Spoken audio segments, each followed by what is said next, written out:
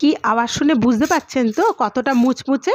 তবে ভাবছেন এটা কিসের বড়া? আমি কিন্তু এটা কুচো চিংড়ির বড়া বানিয়েছি। আর দুপুরবেলায় গরম গরম ভাত আর ডালের সাথে যদি এরকম কুচো চিংড়ির বড়া হয় তবে কিন্তু জাস্ট জমে যায়। তা চলুন এই কুচো চিংড়ির বড়া আমি কি করে বানিয়েছি দেখে নেওয়া যাক। এখানে আমি 300 গ্রাম কুচো চিংড়ি নিয়েছি। এবার এর মধ্যে আমি হাফ চামচ হলুদ আর হাফ চামচ নুন ভালো করে মাখিয়ে নিচ্ছি। এই কুচো চিংড়িকে অনেকে কিন্তু পোকা চিংড়িও বলে থাকে। আর শীতকালে এই সময় কিন্তু প্রচুর পরিমাণে বাজারে এই চিংড়ি মাছ পাওয়া যায়। আমি এখানে 100 গ্রাম মুসুর ডাল প্রথমে ভিজিয়ে রেখেছিলাম, আর ডালটাকে আমি ভালো করে মিহি করে পেস্ট করে নিয়েছি।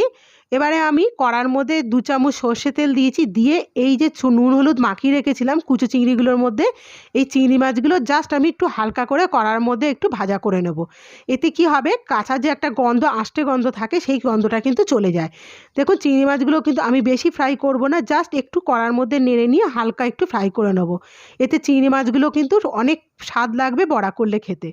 চিংড়ি মাছগুলো দেখুন হালকা আমি একটু নেড়ে নেওয়ার পর আমি একটা বড় জায়গাতে ঢেলে নিচ্ছি। এবারে আমি এগুলোকে আমি ম্যারিনেট করে নেব। এখানে আমি একটা বড় সাইজে পেঁয়াজ এরকম খুব মিহি করে আমি কুচিয়ে নিয়েছি।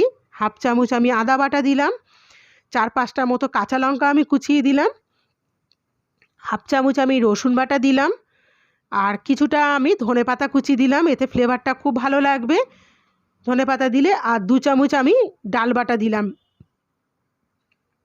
আর আমি এখানে 2 চামচের মতন আমি চাল বাটা দিলাম। চালটা আমি বাটা ছিল বলে তাই আমি চাল বাটা দিলাম। আপনারা চাল বাটার পরিবর্তে চালের গুঁড়োও কিন্তু দিতে পারেন। আর চাল বাটাটা দিলে এতে বড়াটা খুব মুচমুচে হবে। আর এখানে 1 চামচ লাল লঙ্কার গুঁড়ো দিলাম, হাফ চামচ হলুদ দিলাম, আর 2 চামচের মতন আমি বেসন দিলাম, হাফ চামচ নুন দিলাম। বেসনটা কিন্তু অতি অবশ্যই দিতে হবে বাইন্ডিংয়ের জন্য।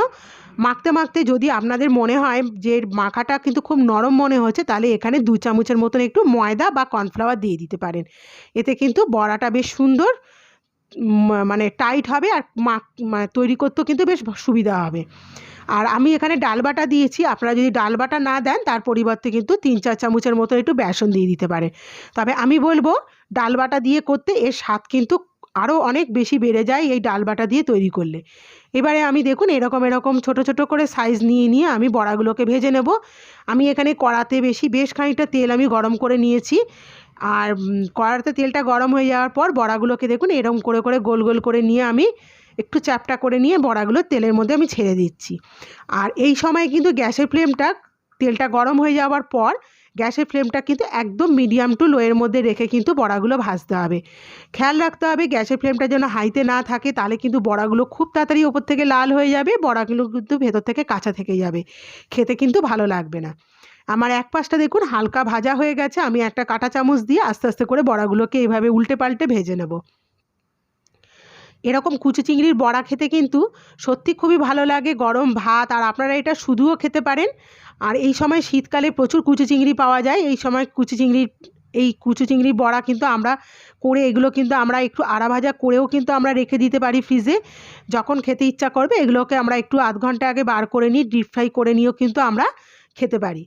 এবার দেখুন চিংড়ি মাছের বড়াগুলো কিন্তু আমার সুন্দর দেখুন লাল লাল একটা কালার হয়ে গেছে, আমি ভাজা হয়ে গেছে। এবার আমি এগুলোকে তেল ঝারিয়ে তুলে রাখছি।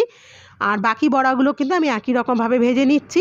আশা করি আমার এই কুচো চিংড়ির বড়া রেসিপিটি আপনাদের ভালো লেগেছে। আপনারা কেমন করে বানালেন কমেন্টের মাধ্যমে কিন্তু আমায় জানাতে ভুলবেন না।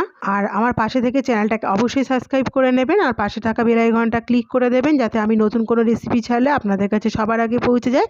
আজকে এই পর্যন্ত, ধন্যবাদ।